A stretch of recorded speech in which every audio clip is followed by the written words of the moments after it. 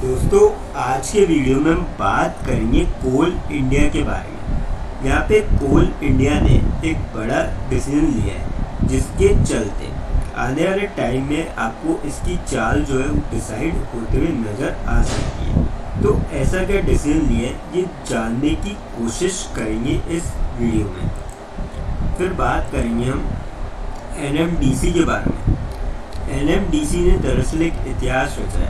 अब ऐसा क्या काम कर रहा है इन्होंने और क्या न्यूज़ निकल के आ रही है ये जानने की कोशिश करेंगे और इससे क्या इम्पैक्ट पड़ते हुए आपको देखने को मिल सकता है और कितना लंबा स्टॉक जो है यहाँ से जा सकता है ये भी जानने की कोशिश करेंगे।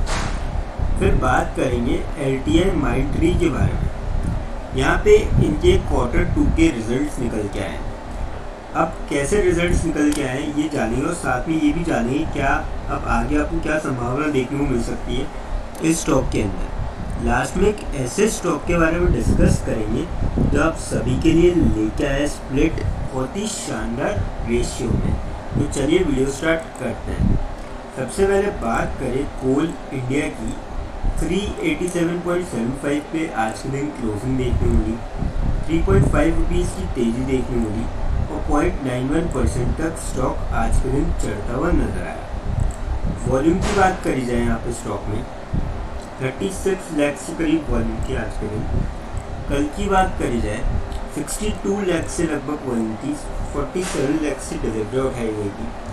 वीक की अगर एवरेज देखें तो 52 लाख से आसपास वॉल्यूम थी। 35 लाख से डिलीवरी उठाई गई और मंथ की आप एवरेज देखेंगे 56 लाख से करीब वॉल्यूम थी। 35 लाख से डिलीवरी उठाई गई। तो काफ़ी सही वॉल्यूम में स्टॉक आपको यहाँ पे ट्रेड होता हुआ नजर आया आज के दिन। बात कर जाए अपडेट की। Coal India appoints Asim Kumar Modi IRS as part time official director on its board. तो ये काफ़ी बड़ी खबर है और जिसका आपको असर देखने को मिलेगा। Has announced appointment of Aseem Kumar Modi as part time official director on its board. तो काफ़ी इंपॉर्टेंट जो है चेंज किया गया है मैनेजमेंट में जिसका आपको असर देखने को मिलेगा और ये इफेक्ट हो चुका है 15 अक्टूबर से, यानी कल के दिन से। आज 16 तारीख है तो कल के दिन से ये इफेक्ट में आ चुका है। और मुझे लगता है कि आप इस स्टॉक में जो है जा सकते हैं क्योंकि अगर आप देखेंगे डिविडेंड के पॉइंट ऑफ व्यू से भी अच्छा स्टॉक है। 6.62% क्वार्टरली डिविडेंड अमाउंट तो काफ़ी सही है। और साल भर में आप देखेंगे तो 21.79% के ऊपर के लेवल से अच्छी खासी गिरावट भी है। तो आप इसका फ़ायदा उठा सकते हैं। मेरे ख्याल से तो इस स्टॉक में जो है जाया जा सकता है। अगर ईयर टू डेट देखेंगे यानी कि 1 जनवरी से अब तक तो थोड़ी अब आपको चाल देखने को मिल सकती है।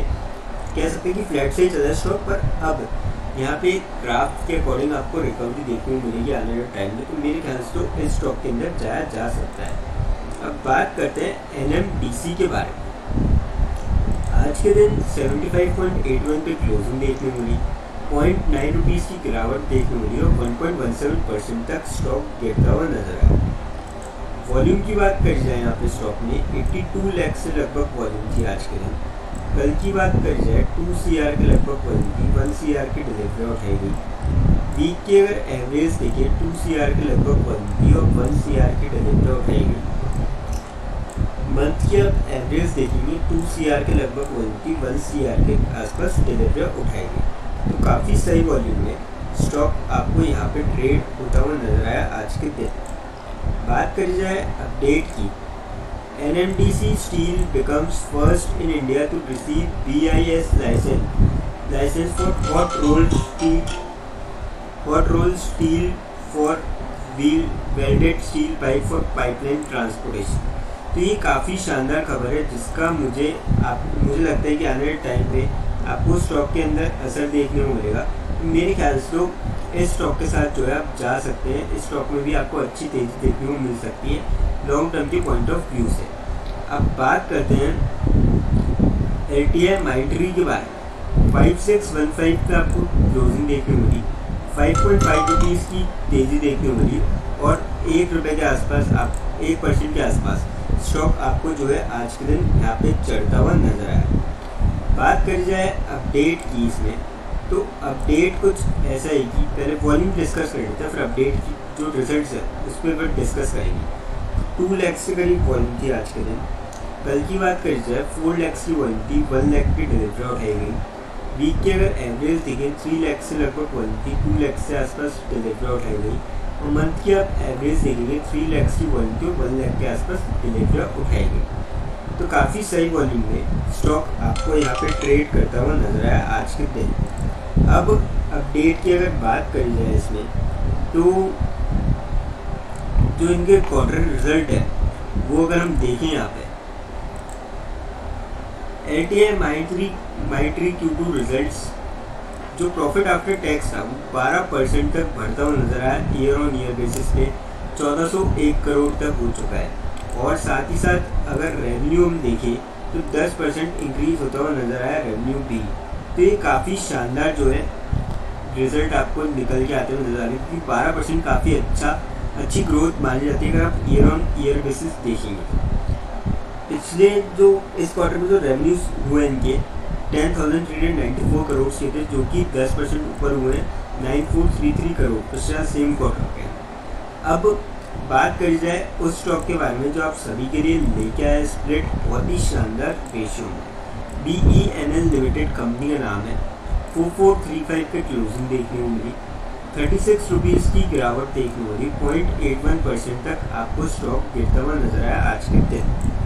5 दिन के रिटर्न की बात करी जाए तो 2.07% के पॉजिटिव रिटर्न है, और महीने भर की बात करी जाए 2.19% के पॉजिटिव रिटर्न है। 6 महीने की बात करी जाए 42.31% के पॉजिटिव रिटर्न है, और 5 साल में अगर लॉन्ग रन पे देखेंगे 636% के बेहतरीन रिटर्न दिखाए हैं कंपनी ने। जिसके चलते यहाँ पे कंपनी ने स्प्लिट का जो है अनाउंस किया है। ओल्ड फेस वैल्यू 10 रुपीज़ से नहीं कर दी जाएगी 5 रुपये, यानी कि 2 शेयर के बदले आपको 1 शेयर मिलता हुआ नजर आएगा। जिसके लिए कंपनी ने जो है एक्स स्प्लिट डेट रखी है 3 नवंबर 2025। तो जिसके भी डीमेट अकाउंट में 3 नवंबर से पहले शेयर आते हैं सभी स्प्लिट के लिए एलिजिबल होंगे।